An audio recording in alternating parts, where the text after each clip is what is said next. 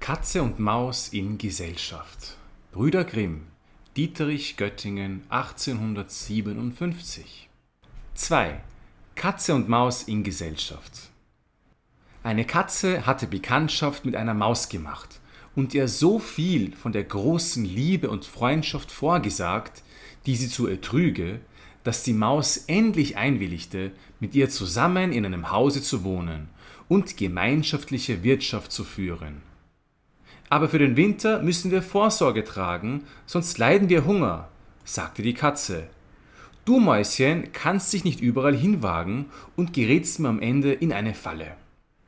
Der gute Rat ward also befolgt und ein Töpfchen mit Fett angekauft. Sie wussten aber nicht, wo sie es hinstellen sollten. Endlich, nach langer Überlegung, sprach die Katze: Ich weiß keinen Ort, wo es besser aufgehoben wäre, als die Kirche, da getraut sich niemand etwas wegzunehmen. Wir stellen es unter den Altar und rühren es nicht eher an, als bis wir es nötig haben. Das Töpfchen ward also in Sicherheit gebracht, aber es dauerte nicht lange, so trug die Katze gelüsten danach und sprach zur Maus: Was ich dir sagen wollte, Mäuschen, ich bin von meiner Base zu Gevatter gebeten. Sie hat ein Söhnchen zur Welt gebracht, weiß mit braunen Flecken, das soll ich über die Taufe halten. Lass mich heute ausgehen und besorge du das Haus allein. Ja, ja, antwortete die Maus, geh in Gottes Namen. Wenn du was Gutes issest, so denk an mich. Von dem süßen roten Kindbetterwein tränk ich auch gerne ein Tröpfchen. Es war aber alles nicht wahr. Die Katze hatte keine Base und war nicht zu Gevatter gebeten. Sie ging geradewegs nach der Kirche, schlich zu dem Fetttöpfchen, fing an zu lecken und leckte die fette Haut ab. Dann machte sie einen Spaziergang auf den Dächern der Stadt, besah sich die Gelegenheit, streckte sich hernach in der Sonne aus und wischte sich den Bart, so oft sie an das Fettnäpfchen dachte. Erst als es Abend war, kam sie wieder nach Haus. »Nun, da bist du ja wieder«, sagte die Maus. »Du hast gewiss einen lustigen Tag gehabt.« »Es ging wohl an«, antwortete die Katze. »Was hat denn das Kind für einen Namen bekommen?« fragte die Maus. »Haut ab«, sagte die Katze ganz trocken. »Haut ab«, rief die Maus, »das ist ja ein wunderlicher und seltsamer Name. Ist der in eurer Familie gebräuchlich?« »Was ist er weiter?«, sagte die Katze. »Er ist nicht schlechter als Bröseldieb, wie deine Paten heißen.« Nicht lange danach überkam die Katze wieder ein Gelüsten. Sie sprach zur Maus: »Du musst mir den Gefallen tun und nochmals das Hauswesen allein besorgen.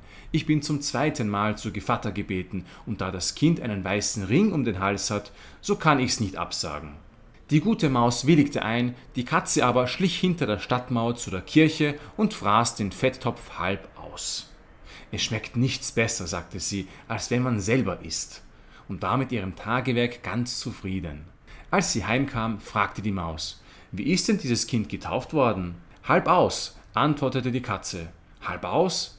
Was du sagst. Den Namen habe ich mein Lebtag noch nicht gehört. Ich wette, der steht nicht in dem Kalender.« Die Katze wässerte das Maul bald wieder nach dem Leckerwerk. »Aller guten Dinge sind 3«, sprach sie zu der Maus. »Da soll ich wieder Gevatter stehen. Das Kind ist ganz schwarz und hat bloß weiße Pfoten, sonst kein weißes Haar am ganzen Leib. Das trifft sich alle paar Jahre nur einmal. Du lässest mich doch ausgehen.« »Haut ab, halb aus«, antwortete die Maus. »Es sind so kuriose Namen, die machen mich so nachdenksam. Da sitzest du daheim in deinem dunkelgrauen Flausrock und deinem langen Haarzopf«, sprach die Katze, »und fängst Grillen. Das kommt davon, wenn man bei Tage nicht ausgeht.« Die Maus räumte während der Abwesenheit der Katze auf und brachte das Haus in Ordnung. Die naschhafte Katze aber fraß den Fetttopf rein aus. »Wenn erst alles aufgezehrt ist, so hat man Ruhe«, sagte sie zu sich selbst und kam satt und dick erst in der Nacht nach Haus. Die Maus fragte gleich nach dem Namen, den das 3. Kind bekommen hätte. »Es wird dir wohl auch nicht gefallen«, sagte die Katze. »Er heißt Ganzaus.« »Ganzaus?«, rief die Maus. »Das ist der allerbedenklichste Name, gedruckt ist er mir noch nie vorgekommen. Ganzaus, was soll es bedeuten?« Sie schüttelte den Kopf, rollte sich zusammen und legte sich schlafen. Von nun an wollte niemand mehr die Katze zu Gevatter bitten. Als aber der Winter herangekommen und draußen nichts mehr zu finden war, gedachte die Maus ihres Vorrats und sprach: »Komm, Katze, wir wollen zu unserem Fetttopfe gehen, den wir uns aufgespart haben. Der wird uns schmecken.« »Jawohl«, antwortete die Katze, »der wird dir schmecken, als wenn du deine feine Zunge zum Fenster hinausstreckst.« Sie machten sich auf den Weg, und als sie anlangten, stand zwar der Fetttopf noch an seinem Platz, er war aber leer. »Ach«, sagte die Maus, »jetzt merke ich, was geschehen ist. Jetzt kommt's an den Tag, du bist mir die wahre Freundin. Aufgefressen hast du alles, wie du zu Gevatter gestanden hast. Erst haut ab, dann halb aus, dann...« »Willst du schweigen?«, rief die Katze, »noch ein Wort und ich fresse dich auf.« Ganz aus hatte die arme Maus schon auf der Zunge, kaum war es heraus, so tat die Katze einen Satz nach ihr, packte sie und schluckte sie hinunter. Siehst du, so geht's in der Welt.